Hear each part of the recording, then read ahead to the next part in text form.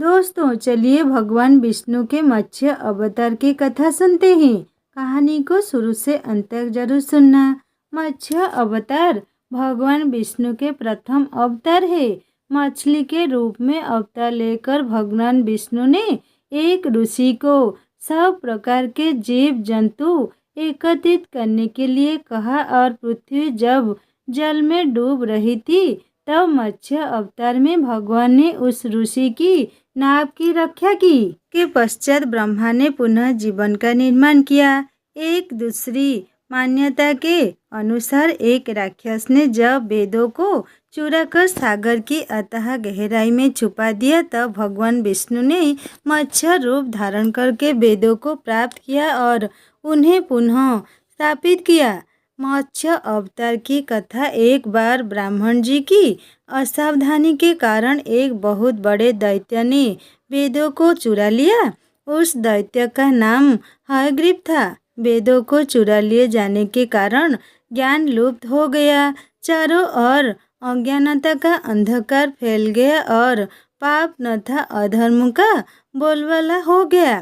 तब भगवान विष्णु ने धर्म की रक्षा के लिए मत्स्य रूप धारण करके हयग्रीव का वध किया और वेदों की रक्षा की। भगवान ने मत्स्य का रूप किस प्रकार धारण किया, इसकी विस्मयकारिणी कथा इस प्रकार है। कल्पवत के पूर्व एक पुण्यात्मा राजा तप कर रहा था। राजा का नाम सत्यव्रत था। सत्यव्रत पुण्यात्मा को तो था ही, बड़े उदार हृदय का भी था। प्रभात का समय था, सूर्योदय हो चुका था। सत्यव्रत कुतुमाला नदी में स्नान कर रहा था। उसने स्नान करने के पश्चात जब निरूपण के लिए अंजलि में जल लिया तो अंजलि में जल के साथ एक छोटी सी मछली भी आ गई। सत्यव्रत ने मछली को नदी के जल में छोड़ दिया। मछली बोली, राजन, जल के बड़े बड़े जीव छोटे छोटे जीवों को मारकर खा जाते हैं। अवश्य कोई बड़ा जीव मुझे भी मारकर खा जाएगा। कृपा करके मेरे प्राणों की रक्षा कीजिए। सत्यव्रत के हृदय में दया उत्पन्न हो उठी। उसने मछली को जल से भरे हुए अपने कमंडल में डाल लिया। तभी एक आश्चर्यजनक घटना घटी। एक रात में मछली का शरीर इतना बढ़ गया कि कमंडल उसके रहने के लिए छोटा पड़ने लगा। दूसरे दिन मछली सत्यव्रत से बोली, राजन, मेरे रहने के लिए कोई दूसरा स्थान ढूंढिए क्योंकि मेरा शरीर बढ़ गया है। मुझे घूमने फिरने में बड़ा कष्ट होता है। सत्यव्रत ने मछली को कमंडल से निकालकर पानी से भरे हुए मटके में रख दिया। यहाँ भी रात भर में ही मटके में इतना बढ़ गया कि मटका भी उसके रहने के लिए छोटा पड़ गया।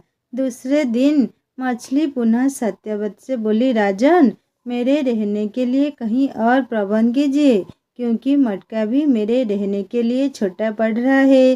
तब सत्यव्रत ने मछली को निकालकर एक सरोवर में डाल किया, किंतु सरोवर भी मछली के लिए छोटा पड़ गया। इसके बाद सत्यव्रत ने मछली को नदी में और फिर उसके बाद समुद्र में डाल दिया। आश्चर्य!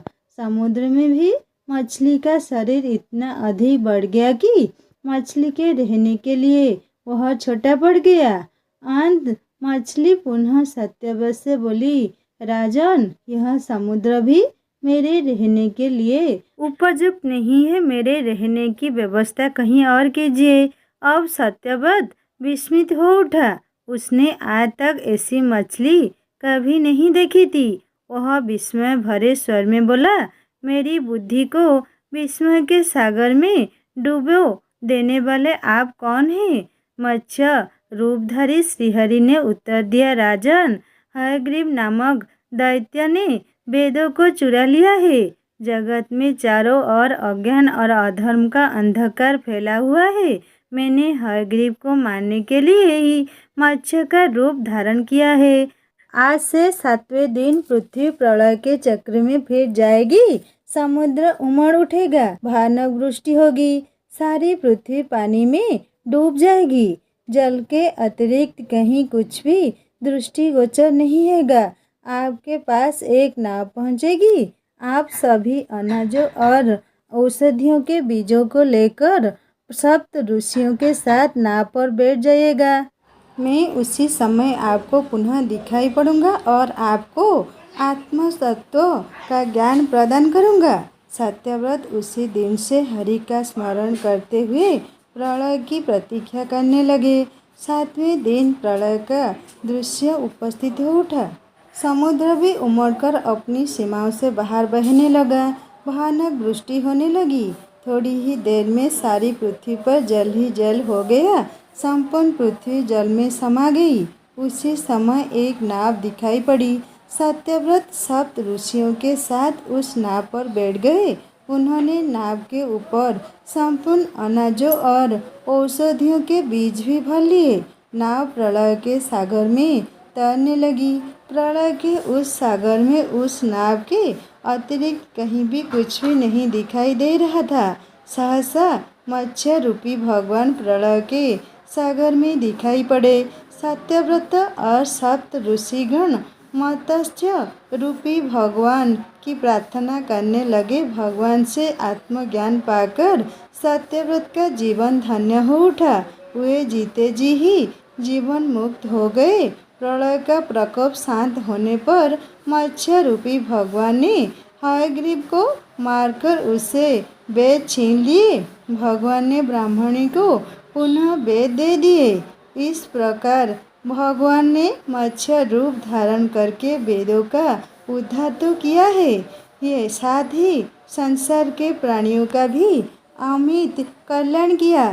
दोस्तों, कहानी कैसी लगी मुझे ज़रूर कमेंट करके बताएगा और अच्छी लगी तो लाइक करना, दोस्तों से शेयर करना और सब्सक्राइब करके बेल आइकन दबा देना। और एक नई कहानी लेकर आऊँगा। नमस्ते।